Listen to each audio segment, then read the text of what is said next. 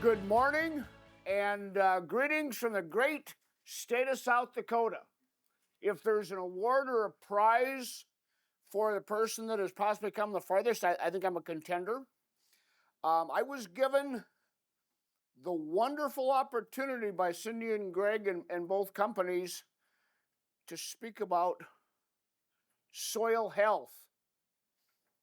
And with good, there's always bad. The good part is I've got a company named Soil Works. A lot of people say, yeah, big deal, what's that mean? When you align your minerals and get every mineral in the position and the volume that it's supposed to be in, your soil works.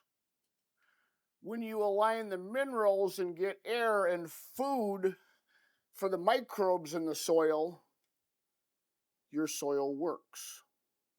When you create an environment that is healthy within the soil, your soil works. What's that mean? When your soil works, you need a minimum amount of chemical fertilizer. When your soil works, you don't need a fungicide. When your soil works, the biology are feeding the system and your input costs go down. So with this, talking about soil health, soil works, the first thing is define healthy. And to give you an idea about healthy, there's a lot of different versions of health. My version is without disease or impairment. Simple, straightforward. We've been talking about soil health for many, many years. And I'm proud to wear the Back to Your Roots swag up here, because this isn't just about selling farmers a product. It isn't just about reacting to a symptom. When you think about your roots, you think about where you came from, your parents, your grandparents, common sense, logic, natural.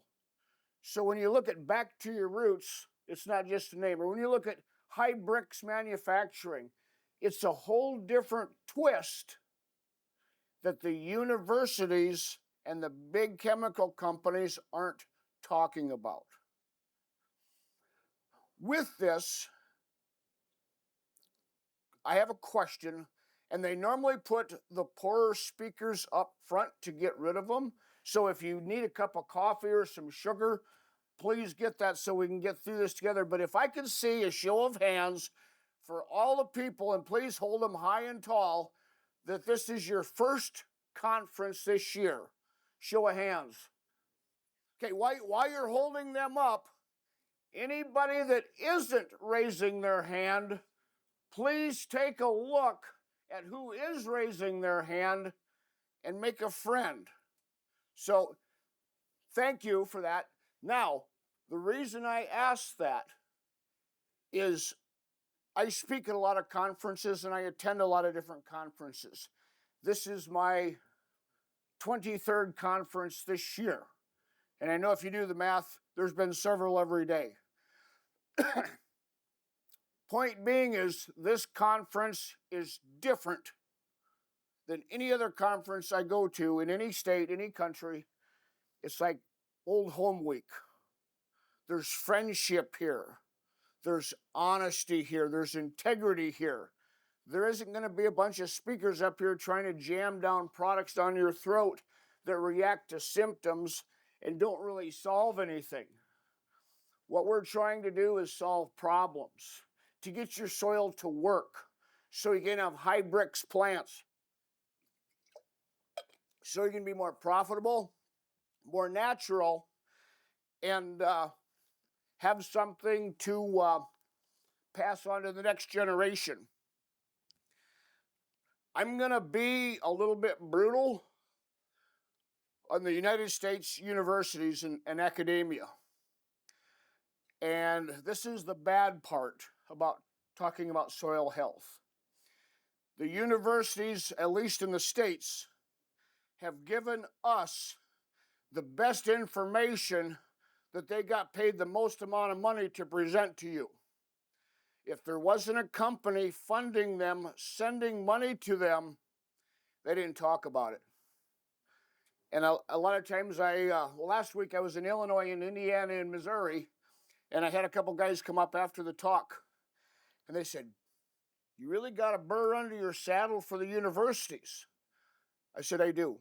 And I said, "I'm not going to apologize for that, because anybody that doesn't tell the whole truth, anybody that lies or tells a portion of the truth on somebody's livelihood," and to me, I'm a farmer as well. I'm third generation on our family farm, which is now our organic research farm.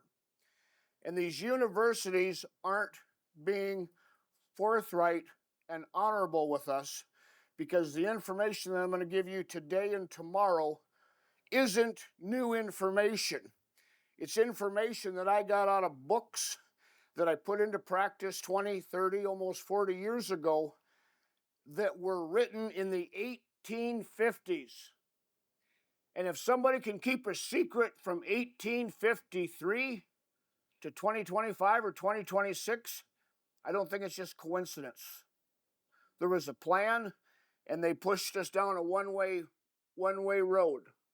And I'll give you an example of that. A few years ago, I was at a conference, and the speakers were from South Dakota State University. And there were 7 professors up there, and they were talking about foliar feeding. And they said, the need to feed. And the first speaker gets up, and this crop may not be essential, but you probably heard information similar to different crops. Stands up and says, 1 bushel of soybeans will remove 4.9 pounds of nitrogen from your soil. That same bushel of soybeans will reduce your phosphorus by 1.1 pounds. Potassium will be reduced by 2.4 pounds, and sulfur will be reduced by 0.4. The need to feed. If you want more yield, if you want more economic return, you have to pay attention to crop removal. Well, I'm writing this down, like everybody is, and I'm German, which means I'm a little thick up here. I'm a little slow, but I'm consistent. So I'm adding this up, so my hand goes up. The professor's like, "Yes, question, the bald guy with the visor." And it's like, help me out here, but we add this up, multiply this times how many bushels we want, and that's our fertility program. And he leans off, he goes, "That guy gets it." My hand goes up again. I said, "Well, I'm not the sharpest tool in the drawer, but I only come up with 8.8 pounds. Bushel of soybeans should weigh 60. You haven't even given us 15% of what that bushel's made of. What's the rest?" Same professor, "That's a great question. Any other questions?" We went through 7 different speakers, and I asked different questions of every professor. The 7th question that I asked, it got so bad that I asked a question that he was ignoring, and he goes, and then another hand pops up over here, and he's stalling on me, and he sees another guy raise his hand over there. He says, "Oh yeah, question over here." Guy says, "Yeah, I'm curious, why doesn't anybody answer that dude's questions?" I go, "Thanks, pal." My point to this is, the head professor of South Dakota State University came over to me. He goes, "Who are you?" I said, "Well, I'm an organic farmer from Kingsbury County." He goes, "No, you're not." I said, I am. And he goes, "No, you're not." He goes, Organic farmers don't ask these kinds of questions." It's like, ouch. Now you're saying that organic farmers are stupid. He says, no. I said, what my problem is you guys are here. You're the university. You used to be a land grant university, and now you're given propaganda that just keeps these guys clinging on to hope, not upgrading their equipment, not reducing debt, not going on vacation, not doing the things that good people should get to do. And with that, he walked away, which is where I'm going to begin, talking about the things that the universities don't talk about. And I know this is all about soil health, but the result of healthy soil, soil that works, soil that makes sense, we want to plant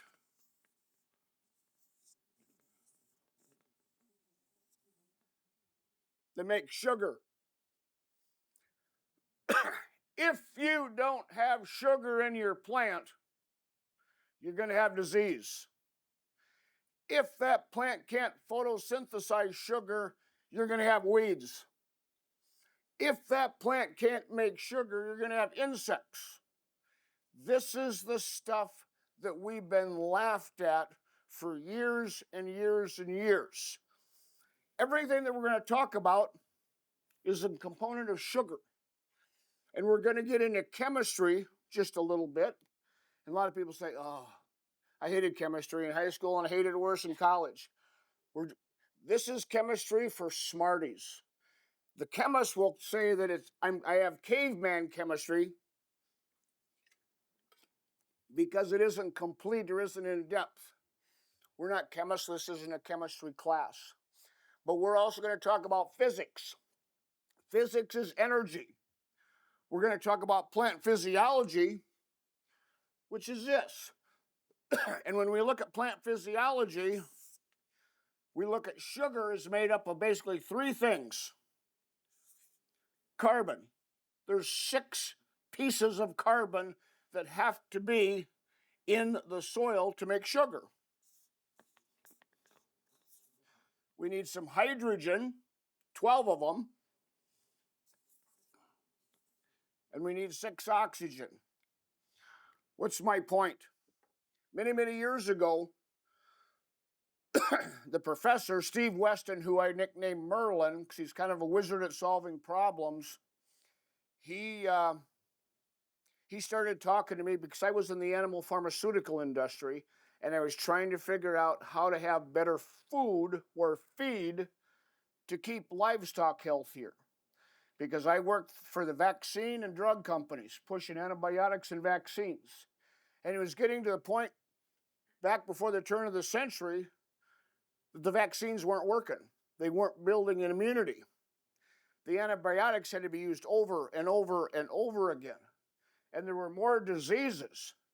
Business was really good, but my heart wasn't in the corporate level. My heart was with the grower. And I was a horrible salesman for the company, but I learned an awful lot. And what I started looking at is when I started working with the nutritional companies, the nutritionists that put the minerals together to keep an animal healthy, I would look at a livestock mineral tag. And with that note, how many livestock growers do we have in the room? See a show of hands.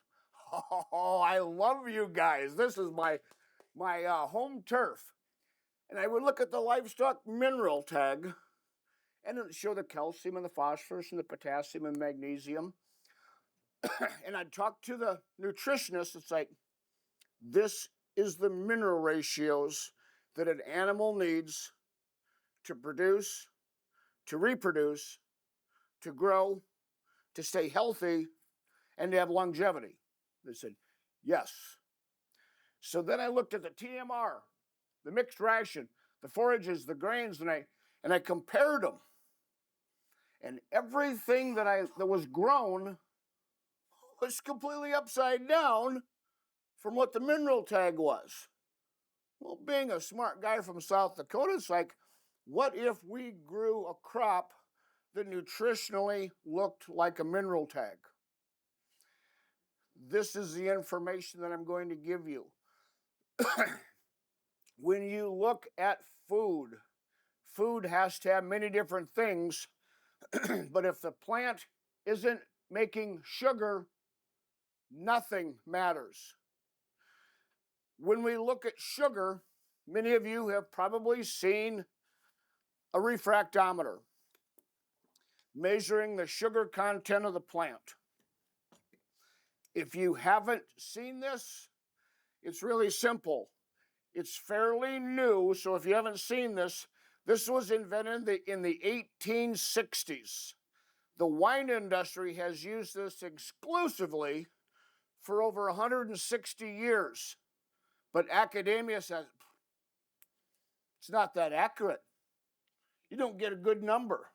Sometimes it's a clear line, sometimes it's a fuzzy line, sometimes it's high, sometimes it's low. It's a bunch of crap. They're right. It isn't that accurate, but it's the best we've got. And we, over the last almost 40 years, we put some numbers to when the sugar content is at certain levels, you don't have to worry about problems sneaking in. In your mind, if you think of your soil test, or maybe you have it on your phone or on a computer,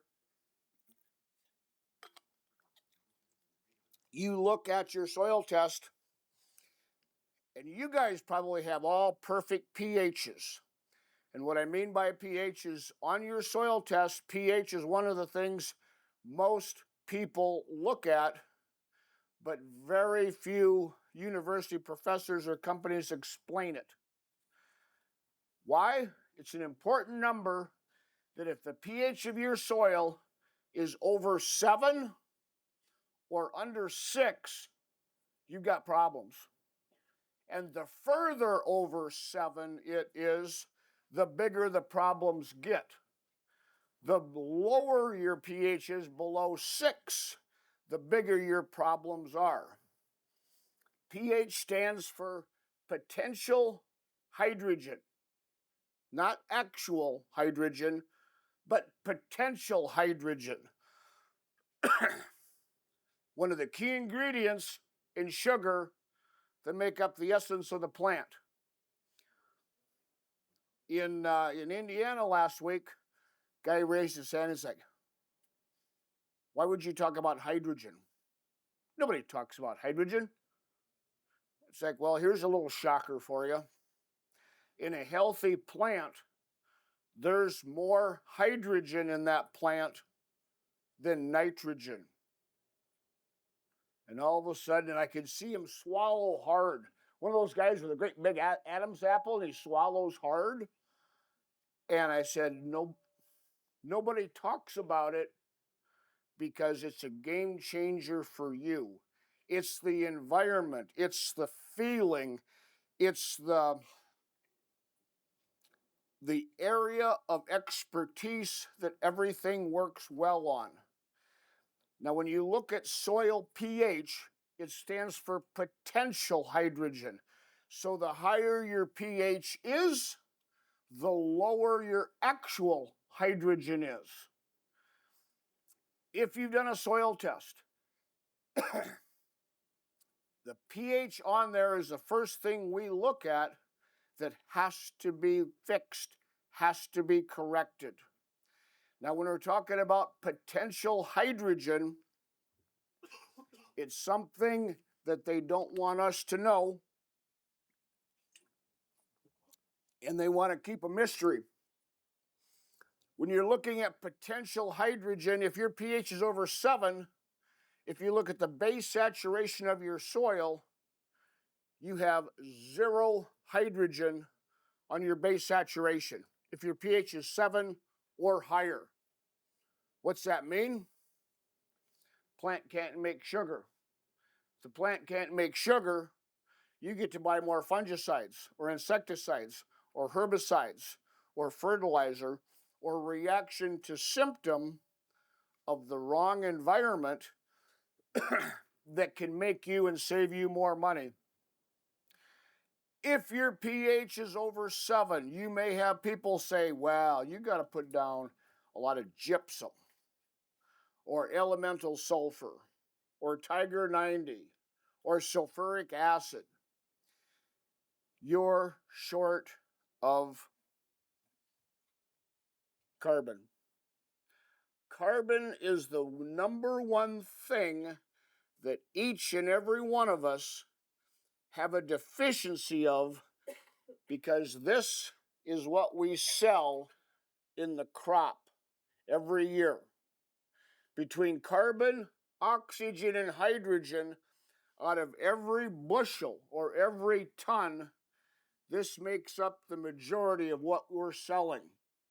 So when you're looking at crop removal, nutrient removal, fertility suggestions, this is what's going to make you guys money and save you money, that's going to cost the big companies money, because you're now fixing something and not reacting to symptoms. When we look at the soil, we look at the pH, and the pH affects the base saturation of the soil. Base saturation was invented by Dr. Albrecht in the 1950s, 1960s. And I'm going to explain a little bit more that you may not have heard before. When you look at the base saturation, it's like a clay colloid. It's like a notebook. And there's 100 parking spots around this clay particle or this notebook. Dr. Albrecht says we need calcium, and in my mind, calcium is the mother of all nutrients. She's the mother of the soil. She's a fixer of all boo-boos. She's a finder of lost things. She's the nester, the environment creator. If mom isn't in the house on the clay particle, nothing is going to work properly. If you don't have 68 to 70 some parking spots of calcium on your clay particle, on your base saturation number, you need to look at that. Calcium is the mineral that is responsible for everything else to do its job.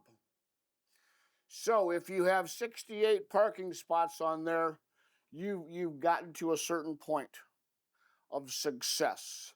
Neil Kenzie is a wonderful purveyor of the base saturation from Dr. Albrecht. And with calcium, we look at magnesium as the next mineral. Magnesium, in my mind, is one of the kids. And magnesium is a problem child.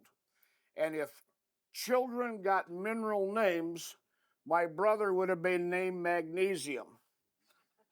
Because in church, he had to sit right between mom and dad, because they wanted to get a hand on him, because he just couldn't control himself, and he just kept doing stuff that he knew better. We weren't raised like wolves, but he just couldn't contain himself.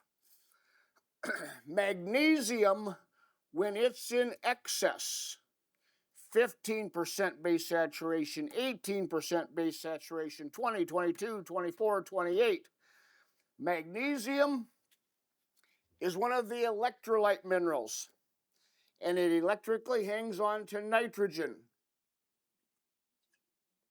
So the higher your magnesium is, the more nitrogen that's going to show up in your soil test that may not be available or may be tied up.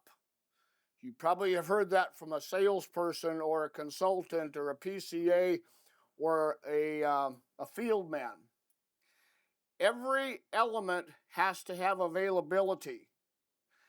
If you don't have carbon and oxygen in the soil to feed the microbes, they can't give off carbon dioxide. These microbes in the soil will make everything more available for your plant.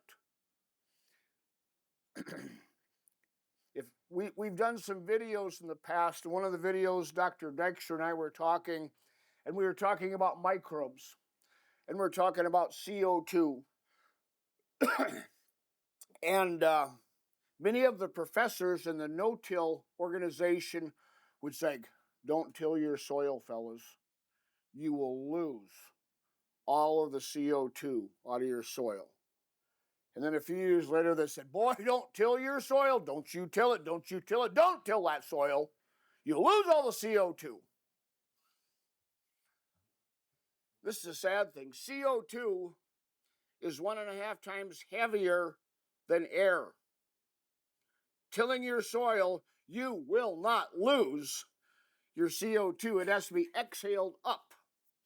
And what happens is, if the microbes can't get carbon and oxygen or sugar that the plant has to make, the CO2 pump, which makes up the majority of what you grow, won't be there. The reason this ties in with calcium and magnesium, if magnesium is in excess, over 15, over 20, over 25%, it's grabbing onto nitrogen. These microbes have to have nitrogen just like everything else in order to function. So on this base saturation, we need mom in the house at 68% of the parking spots. Magnesium should be 12 to 13. Question? When you get a soil sample, can you actually take the numbers for gospel? Or can you what? Can you take the numbers for gospel? Like, are they accurate? Oh. On the magnesium and... Okay, if everybody didn't hear that question,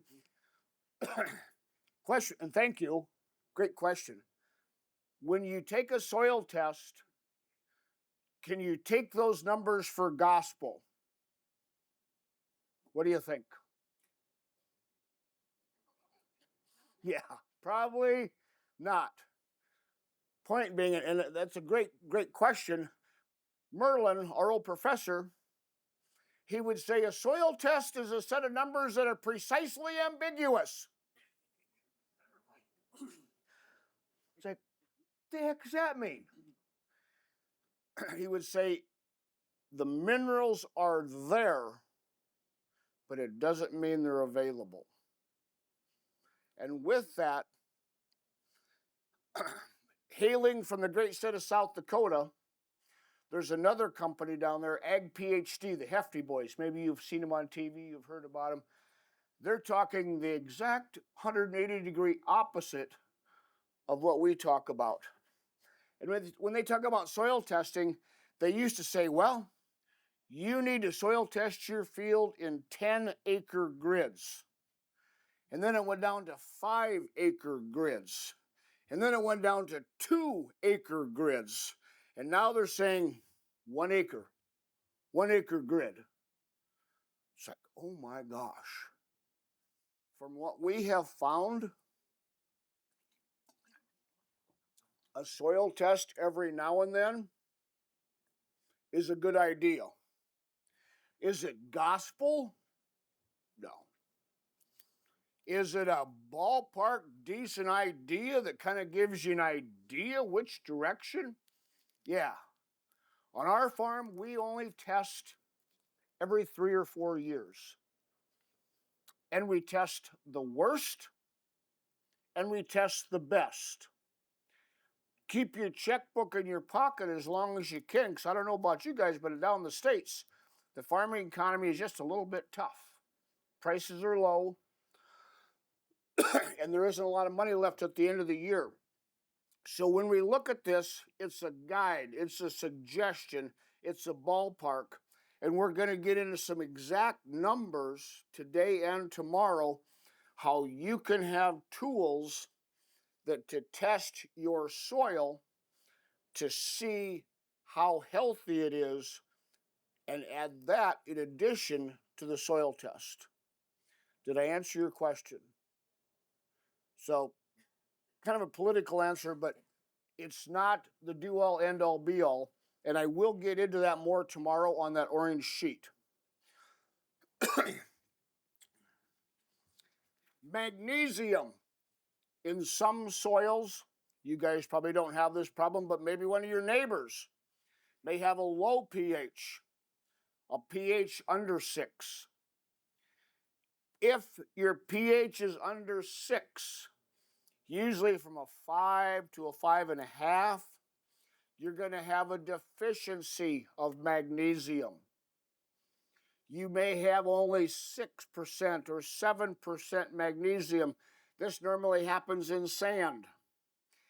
If you have less than double digits, less than 10% base saturation on your clay particle, you're going to see plants that are limey green. They're 3 to 4 to 5 shades lighter green than the older leaves. Most agronomists, most chemical guys will say, oh, that lime green, that's a nitrogen deficiency. Not if the rest of the plant has a dark green color. Magnesium is an electrolyte mineral that has to be invited to the party in the leaf for the plant to make chlorophyll, what gives the plants the dark green color.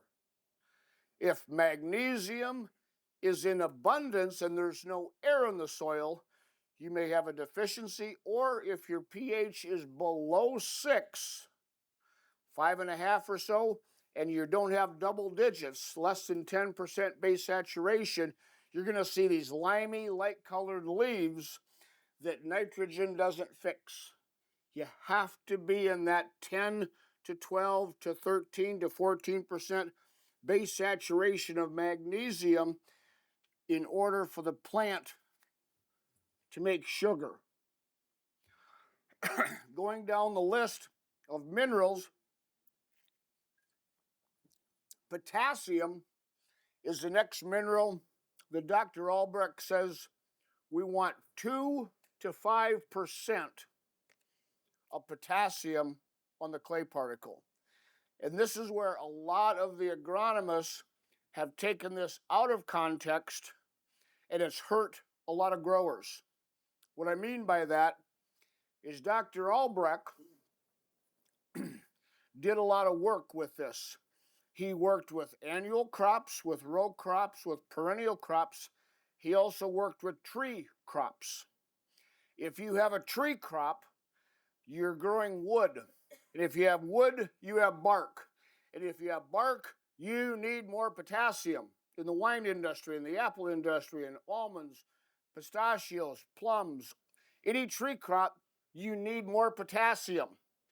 If you're growing a genetically modified crop, you need more potassium. If you want to grow food, 2% calcium. 2% potassium on the clay particle. Here's more to that story.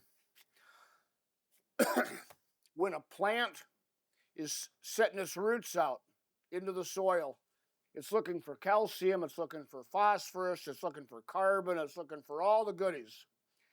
If it can't find available calcium, it will grab potassium. Potassium is an electrolyte mineral just like magnesium. If I were potassium, I'd run around and grab everybody's water. It's like, I'm potassium, I hang on to water. And if I'm over 2% on the base saturation, I'm going to grow a watery, washy, low sugar plant that has disease, has fungus, likes to grow weeds, and has a lot of insect pressure.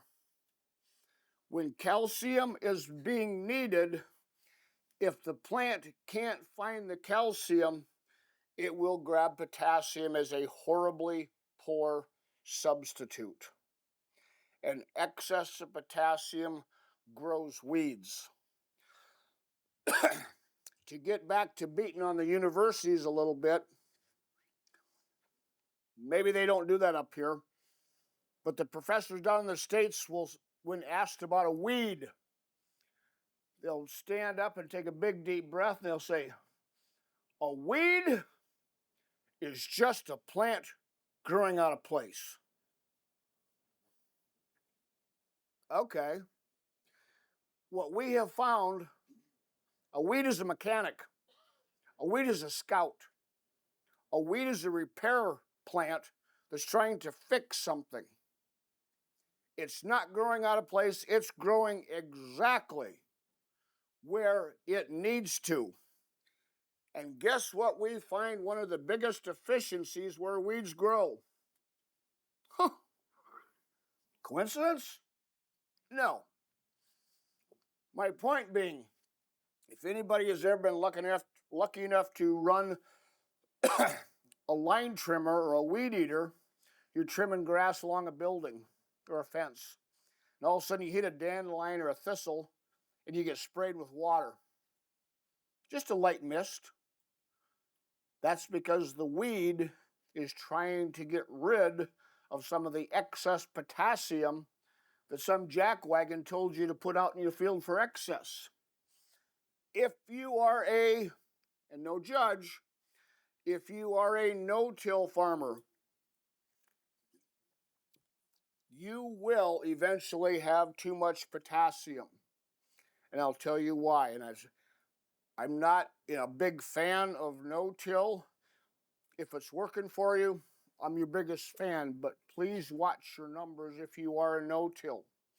When you lay that residue on top of the soil and you let it lay there, and summertime comes around and the sun comes back up into our environment, and the infrared and the ultraviolet rays start beating on that, the calcium will oxidize and go away. The phosphorus will oxidize and go away. The hydrogen, the carbon will oxidize and go away. The nitrogen in that residue will go away. You're left with one thing, which is similar to if you burn something in a wood stove. Corn, hay, wood, everything burns, creates BTUs, everything oxidizes and goes up the chimney, but you're left, when the fire goes out, ash. Pot ash. Pot ash is the nickname for potassium. And excess pot ash grows weeds. And when the potassium gets a little too high, over 2%, over 3%, 4%, 5%, 6%, you have the opportunity to grow more weeds because you've created the environment that those lower sugar, higher potassium sucking plants want. There's a book back on that table. It's titled When Weeds Talk. And it's kind of a different kind of a title. But we started highlighting different weeds that we naturally eradicated by getting the soil to work, by balancing the minerals, by giving the plant what it needed to make sugar. And the sugar that these plants created through photosynthesis, at night that sugar gets pushed down out the root tips that the experts call a root exudate. And when those plants are pushing out a lot of sugar, you're now engineering an environment to grow food, not weeds. So a weed may be a plant growing out of place, but what we have found is it's growing in a problem area. When you look at potassium or magnesium, if you have an excess of any one of those, you have a pretty good chance of having weed and disease problems in that part of the field. I'm not a big fan of soil testing, spending a pile of money. Look at your best, look at your worst. Test both of them, and you're going to see the differences. Start making some different numbers. But years ago, I would soil test the best part and the worst part, and I'd look. There wasn't much difference between the weedy area and a clean area. It's like, huh. And then I'd hear Merlin's voice. A soil test is just a precise set of numbers that are precisely ambiguous. It's like, no difference. So, many years ago, we got a penetrometer and we started checking the soil. And what we found out is where the weeds were, there was compaction. And we started finding out that there's colors on this meter that nobody really knew anything about. Even the manufacturers of the tools, they didn't know what they meant. From 0 to 200 is where microbes enjoy the environment. If you get over 200 psi, 200 pounds per square inch, sorry, this is US, the microbes, I think, are union. They're like, that's too much pressure. We are not working. If the microbes don't work, they don't give off CO2. If the CO2 isn't there, plant doesn't make sugar. If the plant doesn't make sugar, call your fertilizer and chemical guy, because now you're reacting to symptoms of unhealthy soil. Under 200 psi is where microbes enjoy. The universities will say, that penetrometer, that's a good thing. But the soil changes an awful lot. It's a moving target. What we found, in conjunction with what the universities try to poo-poo, is when you get up to 300 psi or over, a feeder root, a fine thread feeder root, can't push through over 300 psi. We're finding a lot of soil between 200 and 300 where a root will go through, but it won't be protected by the microbes because it's more than 200 psi. That root has to be protected by the microbes. The microbes will feed the root will feed the microbes. It's a symbiosis, it's a symbiotic relationship. It's what Mother Nature wants and has intended. Make no mistake, the earth, our soil, your fields are female. And you know the old saying, if mama ain't happy, anybody that's married can finish that statement. Happy wife, happy life. If Mother Earth or Mother Nature isn't happy, she's going to talk to you. She's going to talk to you in a way that nobody appreciates. And it's not conversational. What I mean by conversational, the psychologists say that 78% of all communication is nonverbal. What I mean by that, and you guys have probably never ever seen this, but you may come home sometime and your wife has her hands on her hips and one foot is out. Oh, you have seen that? That normally isn't a real good sign. It's like, oh, this is going to leave a mark. Or you may come home and she's doing this. Whole different communication. No words were said, but you understand what's going on. In the soil, Mother Nature will do the same thing. If you're not paying attention and if the minerals aren't balanced, if the minerals aren't correct, she will say, shoot up a weed. And if the weed doesn't get noticed or the spray boom comes by and kills it, a couple years later, Mother Nature will say, throw up a bigger weed, a pricklier weed, a nastier weed, like Canada thistle. And thank you guys for that. We appreciate that in the States, having a weed from you guys. The pricklier or nastier or more horrible a weed is, the more out of balance that soil is. As you start balancing the soil, balancing the minerals, getting the health, getting the biology, getting your soil working, these weeds will change species, get smaller, and all of a sudden be almost unnoticeable.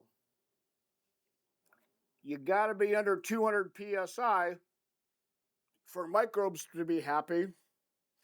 You got to be under 300 psi for the roots to push through. A lot of guys that have gotten one of these penetrometers, they will say, should we test the soil when it's wet or when it's dry? It's like, oh, great question. My answer is yes. Like, they say you're not that funny.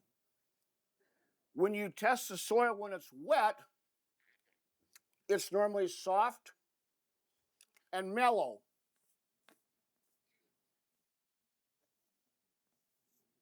Because it has water in it. If that soil dries out and gets hard, here's the tough question. If you think about this for more than a second, you've overthought it.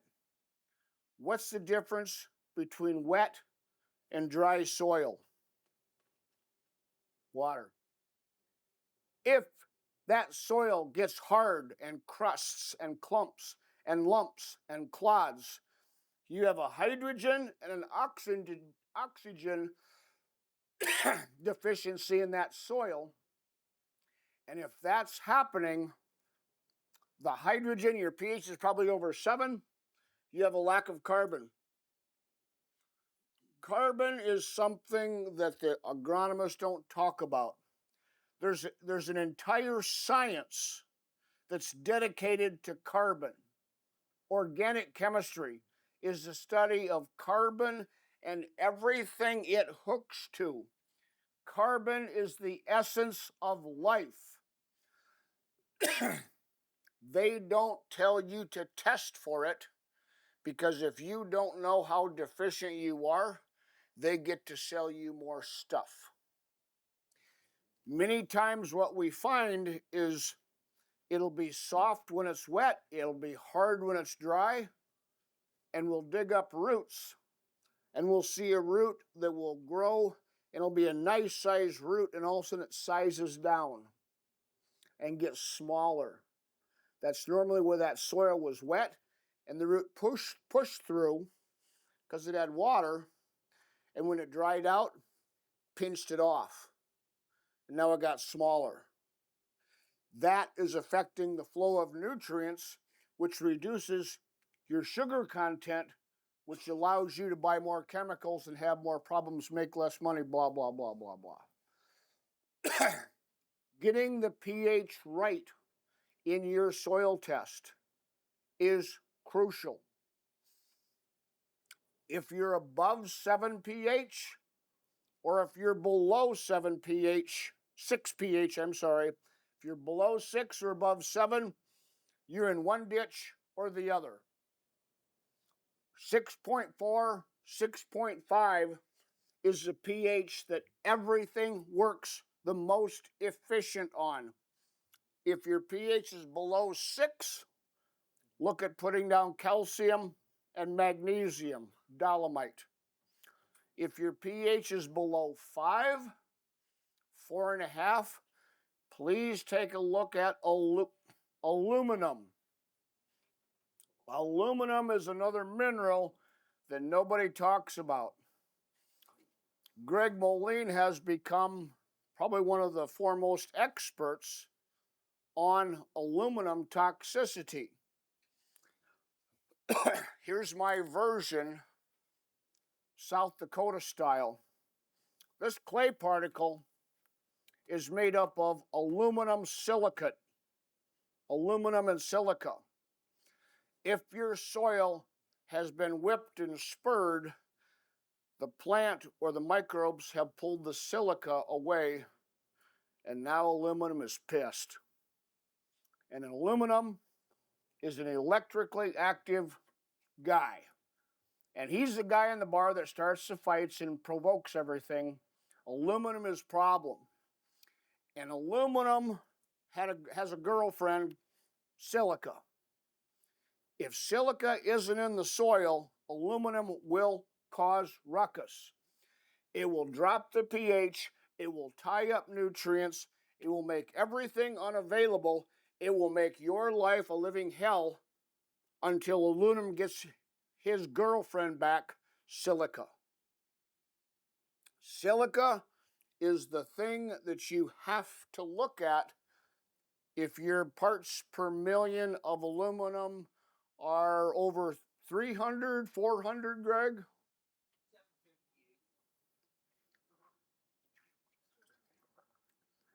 If you don't replace the silica,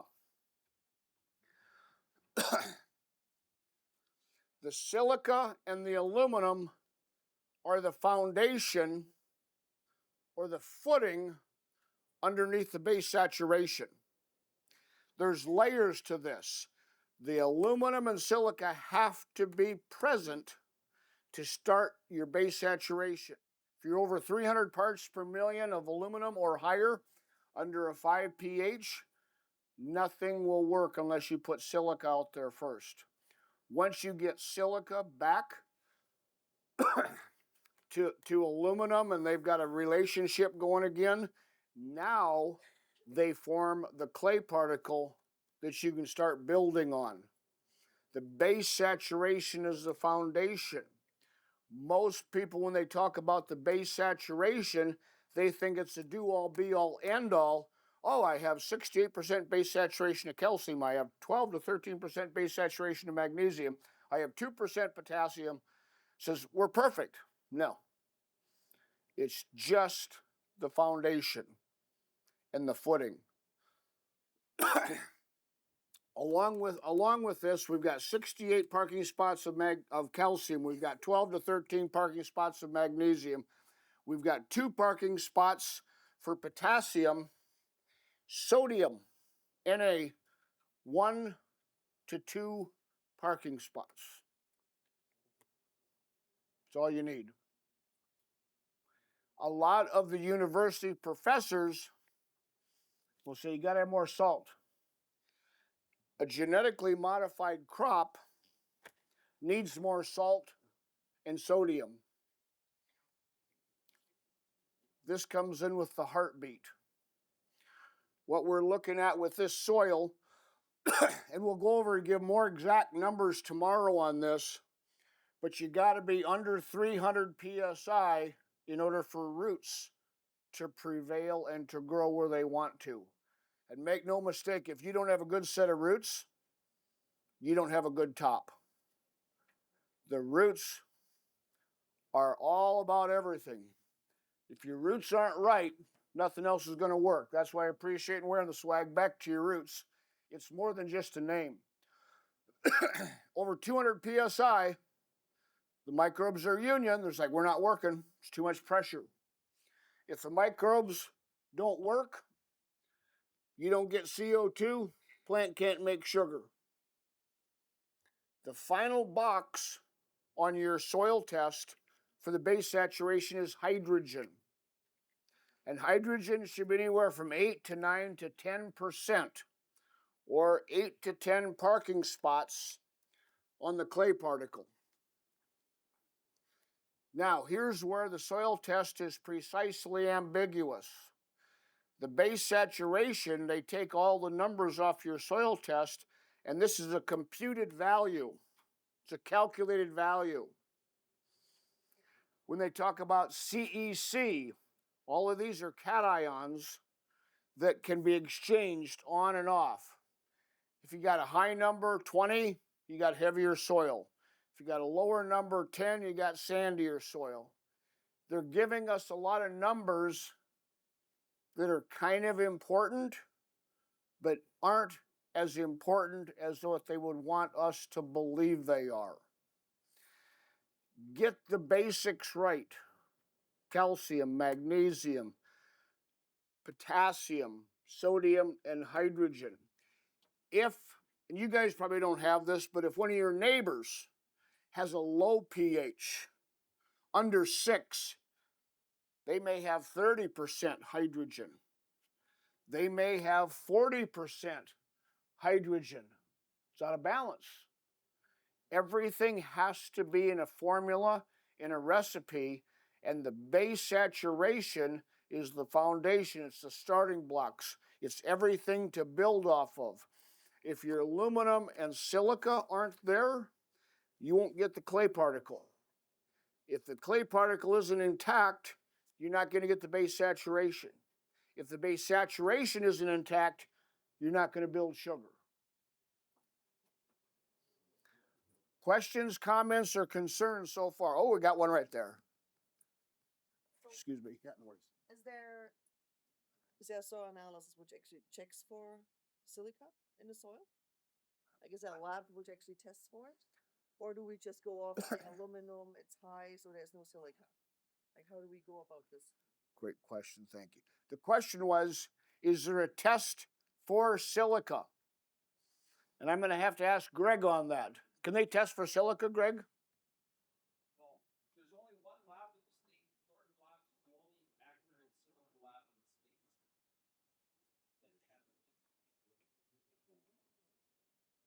has it. What?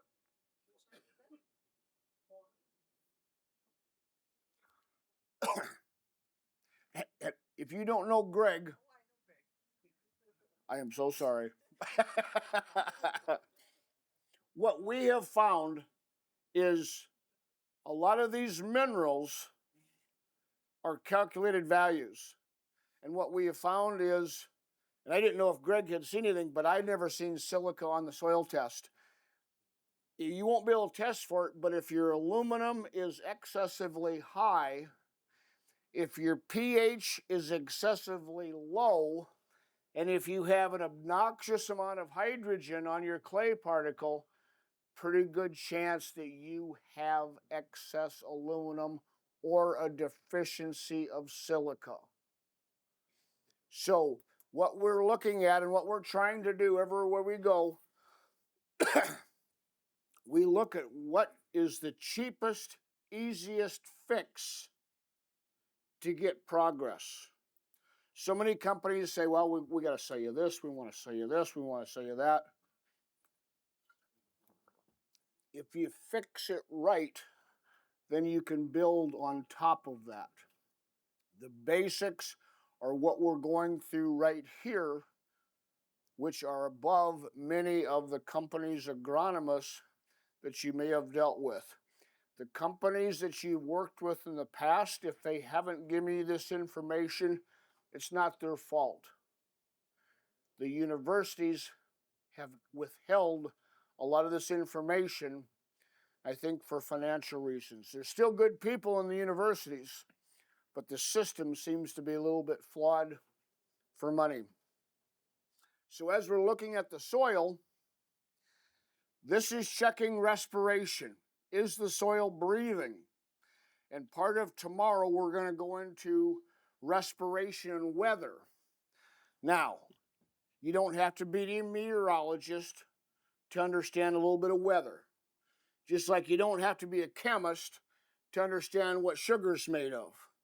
You don't have to be a plant physiologist to understand this is the majority of the plant that nobody's talking about. All of these things come together. We got to see if the soil is breathing. Is it breathing when it's wet? Is it breathing when it's dry? We'll have more numbers on this tomorrow. A lot of times guys will say, yeah, that penetrometer compaction meter type thing, where do you get one of those? It's like, well, you don't have to buy one. Everybody's got a neighbor that isn't here. When you get home, tell them, hey, you need to buy a tool and I will show you how to use it.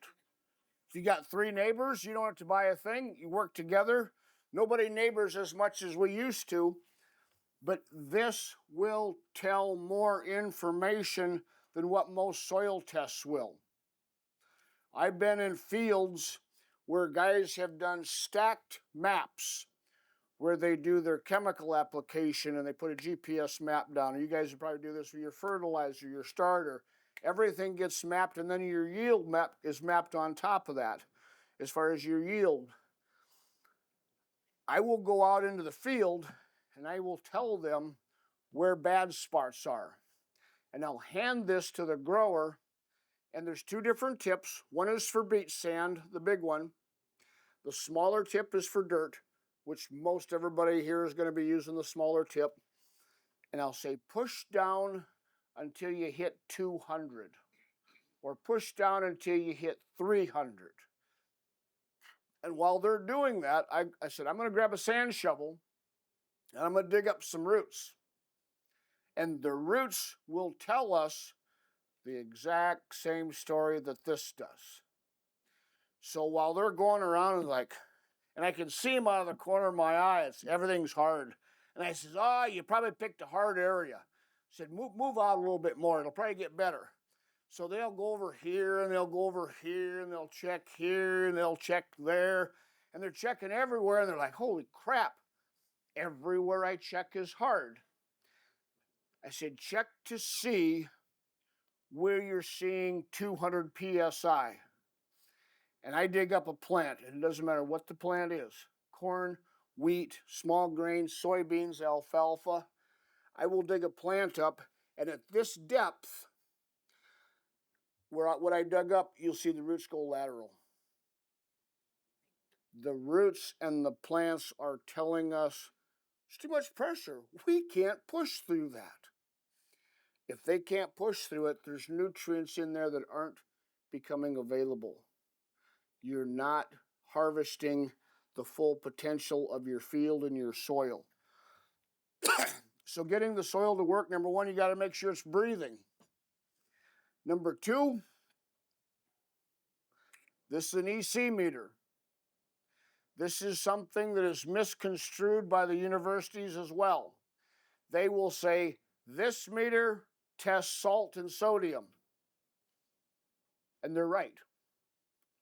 But it also tests nitrate nitrogen, ammoniated nitrogen, and it also tests the frequency or the electrical volume of microbes. The beneficial soil microbes that give off CO2, that is a CO2 generator, it's a CO2 pump, it's the lifeblood for the plant to start making sugar. Those microbes, almost every one of those microbes carry about 1/2 of a volt of electricity in their body. When we're talking electricity, while we're sitting here, our hearts are all beating. And our hearts are going to beat 80,000 to probably 100,000 times today. Don't think about it. Some people say that air and heartbeat can be compared. And also romance. Air, heartbeat, and romance can all be compared. None of them are important unless you're not getting one of them. If our heartbeat stops, we know our heart is electrical because here come the defibrillators. They juice up the jumper cables, pop us, and then they put us on an EKG or an ECG, measuring the electrical impulse of our heart. Is it steady? Is it strong? Is it where it's supposed to be? This is kind of the heartbeat of the soil. This meter and different meters will have 2 metal points. Ooh, sorry about that. We'll have 2 metal points. As you push it in the soil, stop when you get your first number. As you push that in the soil, slowly push down, watching your number. The number you should be at, or the heartbeat of your soil, at planting, just before, and during vegetative growth, where the plant is growing root, stem, and leaf, you should be between a 0.3 and a 0.5. This is the heartbeat that the anionic microbes love, appreciate, and will work in. It's the electricity that is needed for the minerals, the physics, and everything in your soil to exchange, move, and to grow.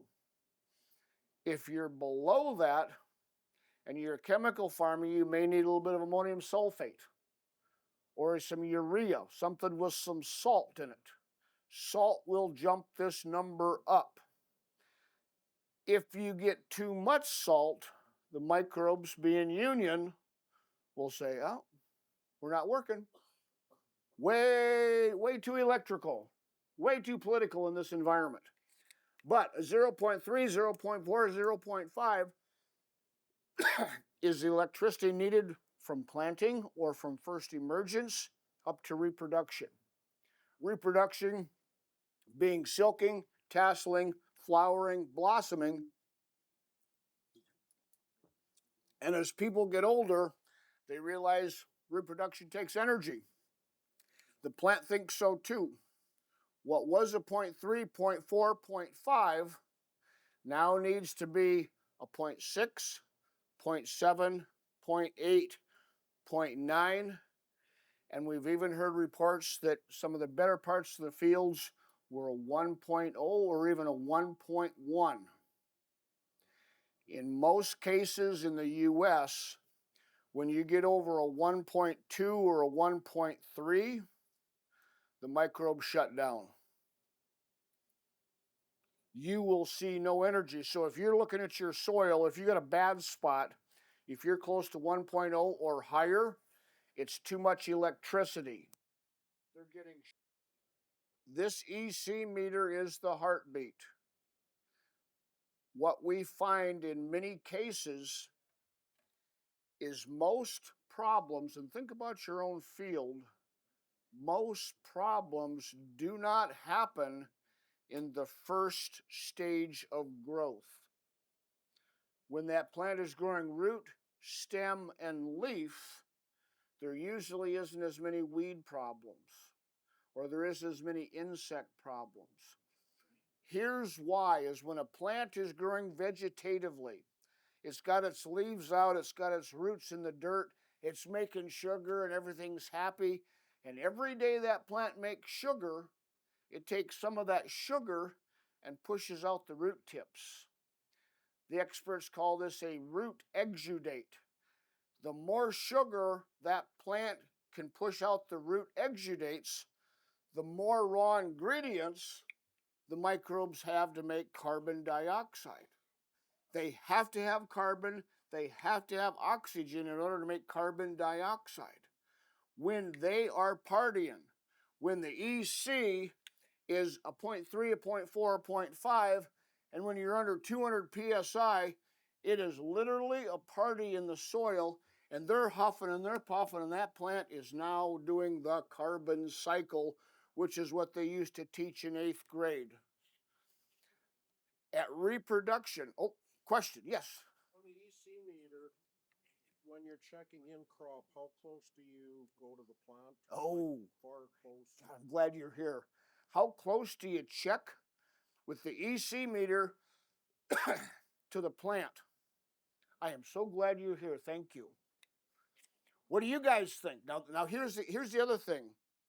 Despite what your spouse, significant other, or a family member may have told you in the past that, yeah, you're not that important, it's not all about you, today, it's all about you guys.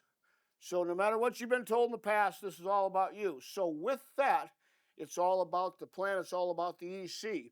So let's just say my fingers are roots. If I push in right by the roots, theoretically, it should be the best number. If you're just starting with balancing your soil, it's not going to be. Your best number is going to be just outside the root tip, because the root hasn't gotten to that area to extract nutrients.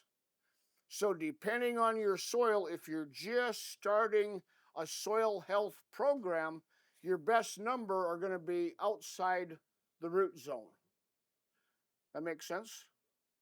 As you get healthier, when they talk about the root zone, the root ball, the rhizosphere, that will be a powerhouse. That's where your numbers are going to be. But if the plant isn't making sugar, we don't know. If you haven't checked the sugar on your plant, please do. It's a wonderful indicator, and it's awful easy to help somebody when you have the numbers. Most of what we do, oh no, this makes me nervous. Yes, sir. Let me see if I got this right so everybody can hear it. The row crop has a better number than the alfalfa field. Yep. Doesn't make sense, does it? It should be better unless your alfalfa field couldn't breathe, unless the plant wasn't making sugar, unless the sugar content of the plant was low, not feeding the microbes. Thank you. This is a system. And the beautiful thing is, with these numbers, the more you check, the more accurate you can become, because something's going on. Either that soil is hard after an irrigation or a rain, you're low on your carbon numbers, which we'll get to later on, you're low on your sugar, or the biology in that soil isn't clicking. I will answer that more tomorrow, if that's okay. Did I at least get close? Okay. Any other questions? Oh,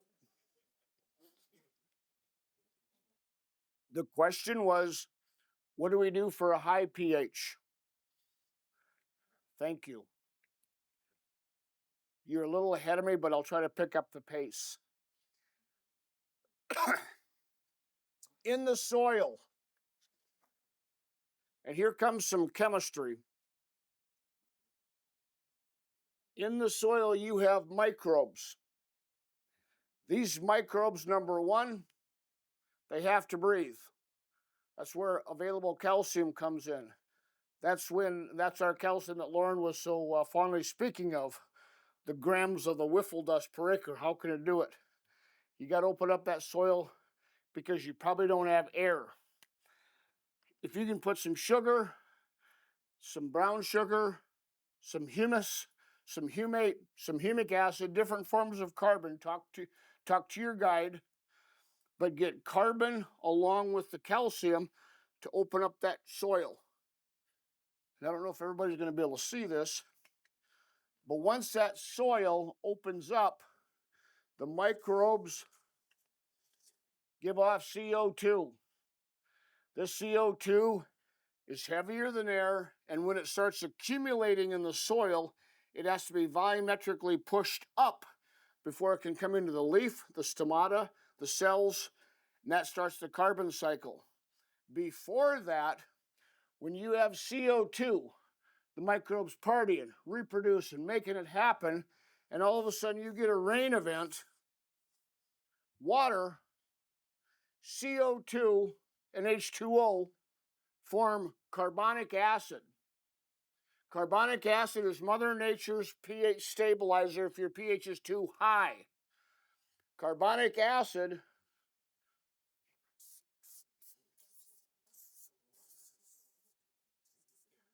is H2CO3. All that's happening is the microbes have given off the CO2. There's enough carbon to hold it. The water comes in, and now the carbonic acid, being a pH of between 4 and 5, is a natural, soft, maternal acid that will slowly reduce the pH of your soil. So if your pH is 8 or 9, the higher the pH is, the more different types of carbon that you're going to have to add. In fact, I think Bill is going to be talking about, you going to talk about carbon today at all, Bill?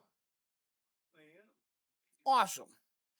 The carbon is what the universities have not been talking about. And the oxygen is what nobody wants to talk with us. These two things make up the majority of your plant, and that's the beginning to bring that pH down.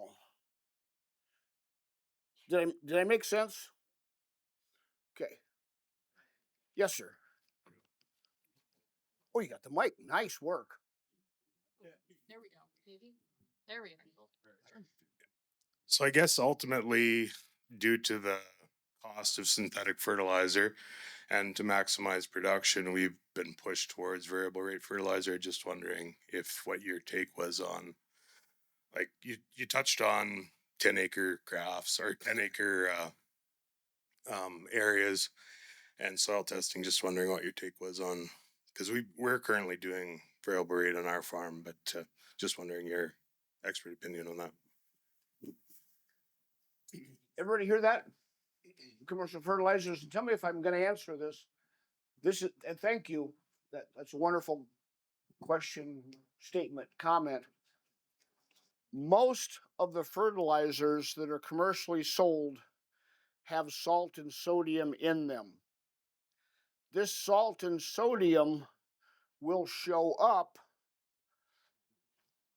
on the EC, but it won't be stable. I can't prove this because I don't get to sit in the boardroom with the chemical fertilizer companies, but with the lack of microbes in the soil, they have to bring some artificial spark. And they're trying to do that with the salt and the sodium. What's happening is the professors will stand up and say, well, if your salt and sodium is a little high, everything needs a little salt. A true statement, but not the entire truth. The entire truth is you have inorganic salts and you have organic salts. And organic salt is the microbes that are taking metal and non-metal based minerals and making a organic salt. This salt will never hurt a plant. It will never kill the microbes because they are built by the microbes of the soil for that environment. And you will know that you have organic salts in your soil or you're biologically enhanced because as you push this down through the soil, the number will be very steady. The more similar this number is, so if you're at a 0.3, 0.3, 0.3, 0.3, 0.3, 0.3, 0.323, 0.3, the biology has homogenized that, and the environment is very similar for the roots to grow into. If you are chemical farming and you see a 0.6, a 0.3, a 0.1, a 0.03, numbers all over the map, that's your inorganic salts and sodium. The inorganic salt is sodium chloride. The chloride is squirrely and will gas off and leave you, and then the sodium will come to the top. And many times, if you're testing that soil, you will see a high number on the very surface. That's why I say push in really slow. If you see part of the area that gets a little bit white, some people say, well, that's sodic or that's saline. That's your salt and your sodium. If you're seeing a high number, it's sodium. It's come to the top. Many times on a soil test, some soil tests will test salt. Some will test sodium. If you're concerned, please make sure you test both, because both can be a problem.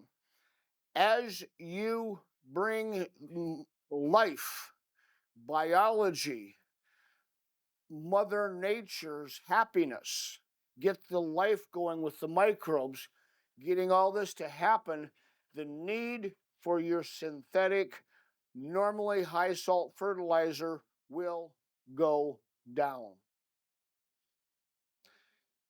To give you an idea, all of the minerals that we're talking about make up less than half of the soil. We're going to get into this with the urine sheet tomorrow. And most of the minerals that we're talking about on the soil test to make up less than half of the soil make up a small percentage of the plant. They're taking the small ingredients and making them ramped up. As far as your fertilizers, and this may be past where you're looking, but you may have heard these guys talking about, well, you got to look at molybdenum, you got to look at boron, you got to look at copper, iron, zinc, manganese. Some of those you need to look at if you've used Roundup. Roundup naturally ties up copper, iron, zinc, and manganese. you have to replace that. What happens is you also need to get the life of the soil going to make those nutrients available, because the microbes will break the bond that Roundup has created to tie them up. So as your microbes, as the heartbeat becomes more synonymous, more homogenized, more uniform within that profile, the roots will be more consistent, the microbes will be more consistent, and your nutrient uptake will be more consistent. Am I answering your question, or did I go off on a tangent? No, you just like once you have your values where you want them, is variable rate still an asset to to still do those zones and still be able to, like, I understand your thoughts on lessening synthetic fertilizer, but is variable rate still a good tool to be used in commercial farming to try to be more precise on what nutrient needs to go where? Well, this will possibly give you another angle on this. Last summer, the Hybrix and bacteria-rich people came to our research farm, and they got to see our nightmare. And they showed up in the yard, and we had weeds outgrowing the soybeans, we had weeds outgrowing the corn, and I hear people talking, saying, Jesus, this looks like crap. This is horrible. I thought we'd see like a utopia, like a Garden of Eden. We have been paid for quite a few years to do research. I've never done synthetic fertilizers because we are an organic research farm. But I got paid to put out a pile of microbes, nothing other than just a pile of microbes. And we saw virtually nothing. I got paid to throw out a pile of mineral, and our ground came out of CRP. It had been no-tilled for 13 years. I had hard pan 1.5 inches, I had hard pan at 3 inches, and I had hard pan at 6 inches. No-till for 3 years, 13 years. When I checked the bricks on that no-till grass that was in the CRP program, I had 3 bricks on the grass, I had 4 bricks on the alfalfa. Not really exciting. That's no better than a genetically modified plant. What we started looking at is we checked the air, hard pan 1.5 inches, 3 and 6, checked the EC, virtually nothing. I put out no synthetic fertilizer, we put out no fertilizer. Ran across it with a tillage tool just to poke holes. All of a sudden this number came up. All of a sudden this number went down. And all of a sudden we started gaining sugar. Long story short, in 2 years of aeration and checking the numbers, what was 3 and 4 bricks was now 16 and 17 bricks. Where I had a hard pan at 1.5 inches, 3 and 6, I could go down to 16 inches because we got a yellow clay at 16 inches on our farm. What was a very low number or almost a dead battery was now clicking along at a 0.3, 0.4, 0.5 during vegetative growth, and it started popping up. When that CRP came out, we were running about a 17-to-1 carbon to nitrogen ratio, and we're going to talk about this tomorrow. We put all the inputs that all the other companies, trace minerals, phosphorus, and what we saw is our production went down and down and down. And we also put down some raw dairy manure. And if you've got manure, you got to use it, but be careful. The dairy manure does not have the components that are most needed for the plant. So when the crews from Hybrix and bacteria came out, to be honest, I had a shit show, but it's real. And we're barely at double digits. We're not doing any more research that I know won't work. But when I say and talk about things, this isn't something I heard. This isn't something I read. This isn't something I thought about last Tuesday. I've lived this. I've seen the nightmare. please don't go through the crap that I went through. I'm trying to save everybody a step or two. These are the numbers to look at that will help you become more profitable, more efficient, and more natural. Whether you're organic or not, that's up to you. But when you follow this plan and the numbers become more prevalent, the opportunity will be much easier if you want to be organic. Oh, yes, sir. When you say like the Roundup is hurting the soil and everything, is there any chemicals that are better or worse? When you guys get a shot at Dr. Dykstra, Dykstra and I first met here at the Bacteria Roots Conference, and he has colleagues and associates that he collaborates with, and I cannot be as eloquent as he is, but he says every chemical kills microbes. Roundup is probably the best killer because it's patented as an antimicrobial. A lot of guys would say, "Oh, South Dakota, did you have lead paint chips in your formula?" It's like Google the antimicrobial patent on Roundup. They say, "Well, why would they patent a herbicide as an antibiotic?" It's like, if they sterilize your soil, you can't sue them. So, every chemical that we have tested, and we tested this in the lab quite a few years ago, every chemical that's on the market kills microbes. Every one. But fungicides kill different microbes than herbicides.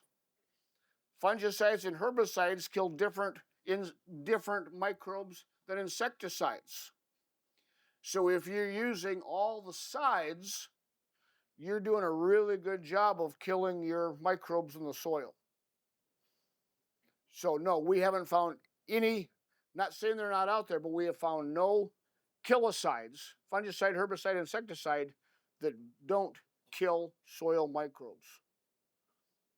Was there another question?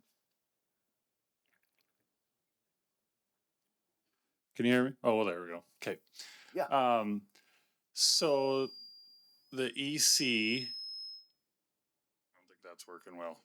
No, you're wonderful. The EC is a measure of either salts or in a biologically healthy soil. It's the biology that's active, the microbes that are in the soil. And then you said that it'll be lower in a vegetative plant stage versus a reproductive. My understanding was plants, when they're vegetative, they exude a lot more exudates. And then when they're reproductive, they're not exuding sugar as much. They're using it for themselves. So why would the biologic activity be higher during reproductive with a higher EC number than when the plants are vegetative? They should be feeding that biology a lot more and having a higher EC number. That's a great question. Now, what we have seen, and I thanks for bringing me back on track. When a plant goes into reproduction and it goes into flowering, silking, tasseling, blossoming, most of the root exudates shut down or completely shut off. And what we have found is most plants will not pull on the soil very hard during vegetative growth, root, stem, and leaf. It will get most of its nutrients from the air, and we see the highest amount of root exudates coming during vegetative growth. What we see is once the flowering, silking, tasseling, blossoming starts, that's when the problems start if you don't have carbon and oxygen in the soil. There's a different set of microbes that show up because when that plant goes into reproduction, it's starting off, it wants to be a little bit more alkaline. When it goes into reproduction, it'll flip to be a little bit more acidic, and the microbes will also flip with it. It wants more phosphorus now, it wants more manganese, it wants more of the reproductive minerals. Whereas when it's first starting off, it wants to be a little bit more alkaline and have calcium and potassium as part of its core. When it makes that flip, there's a pH change. That pH change is a signal for the microbes to turn over.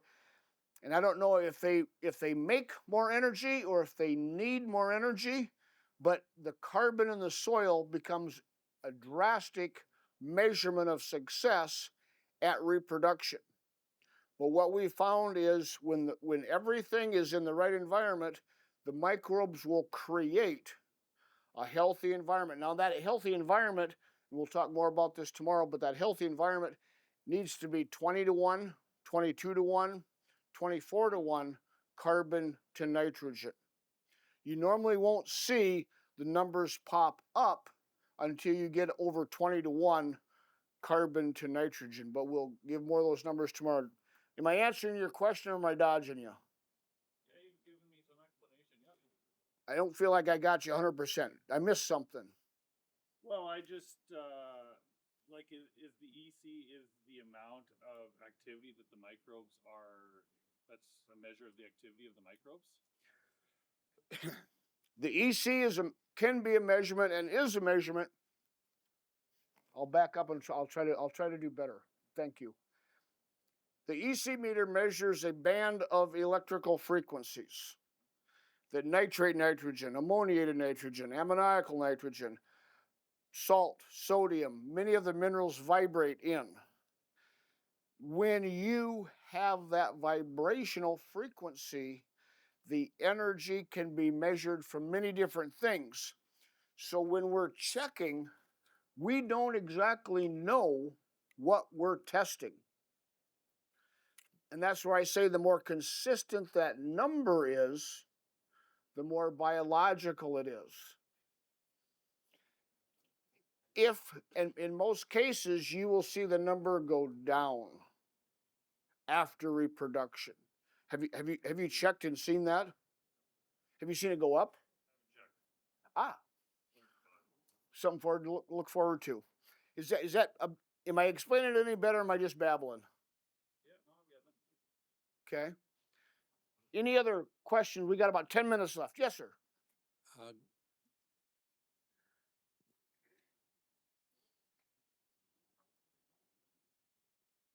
okay. Going back to the soil test, if you have high chloride, is that equivalent to sodium? If you have high chlorides, is that associated to sodium? In many cases, yes. What we have found out is, and a lot of the agronomists, a lot of the universities saying, well, you have to have some chlorides to help control disease. You can have healthy microbes control disease. Now, point is, I didn't know your parents, you didn't know mine, but I'm guessing none of our parents taught any of us how to spit, lie, cheat, or steal.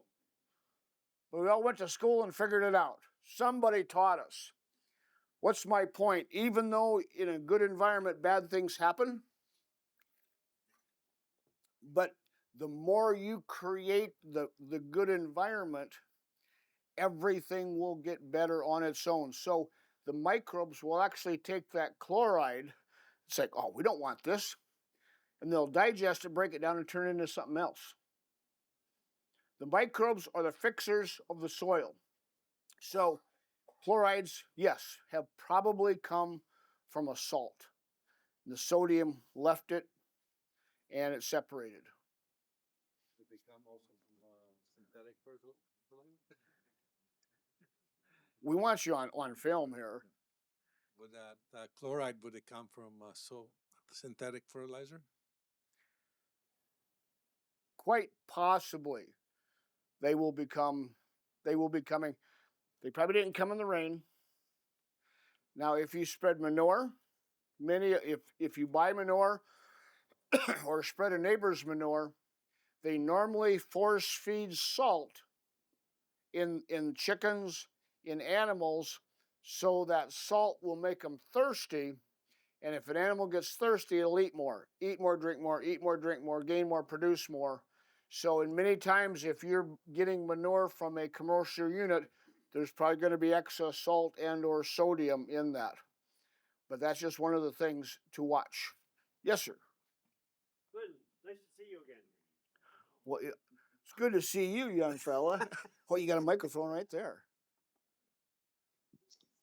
I've been involved in this spraying of glyphosate when it first came out and was only about $53 a liter many years ago. And I found a bunch of things interesting happen. And I've come to the conclusion that glyphosate has a very high negative to the soil. So when you're growing Roundup Ready plants, that glyphosate is exuded into the soil, and all of our basically minerals are positively charged. So as that negative charge goes into the soil, say a boron has a +2, it may now only have a plus 1.78. And then more and more, maybe it's only got a 1.5. So when the plant asks for that mineral, it sends out a signal. And if that boron doesn't have more of a positive charge, it will not be, the roots will not electrically accept that. So as you were talking about, and that's what the glyphosate is doing to all the positive minerals. And it's a gradual thing, and it's a gradual thing. And then after that, it really takes a long, long time for that to stop. So we have to stop. So say something like the Liberty canola, which is sort of only contact more. You might have not as bad of effect of that globulin and all that stuff that's exuded to the plants. So anyway, I'm not sure if that's No, anyway, that's. I don't know. that heavy negative effect is really affecting our positive, because we have the borons in the soil, and yet our plants don't show boron because there's not enough electrical charge to go ahead in the plant to receive it. Well, now I can be a lot less, thank you, I can be a lot less technical. Many times when I'm sitting in church, I'm probably not paying near as much attention as I should, but I have never heard any minister anywhere talk about a fertilizer or chemical manufacturing by the Garden of Eden. I was in Washington State just before Christmas and giving a talk to a very large company grower, and the owner, he says, "Can we ever get away from chemicals?" It's like, oh, I am so sorry that you have heard this bucket of crap for so long. It's like, to answer that question, absolutely. 100% undeniably, you can grow food, nutritious food, without chemicals. It's baby steps. It's one step at a time. It's your farm, your operation is a large ship, and you need to baby step. Number one, you got to find out, where are you at first. If you don't know what your penetrometer readings are, wet or dry, if you don't know what your EC readings are, if you don't know what your bricks are, don't change anything until you know where you're at. You have to have a starting point so that when you do change something, you have starting numbers to say, okay, here's where I was at, here's where I'm at now. Am I going the right direction? Any more comments, concerns? If not, here's something that I please encourage you. If this is your first conference, we're here for your benefit. There are no dumb questions, like Lauren mentioned earlier. Anything that you're curious on, grab me, grab anybody else, and we will give you information that we have worked with and we have seen work. With this information that we're giving will be beneficial to you.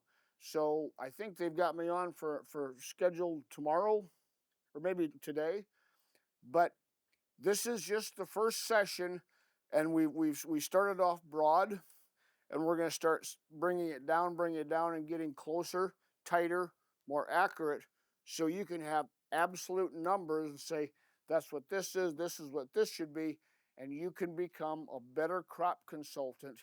And make no mistake, knowledge is power, and power rules the world.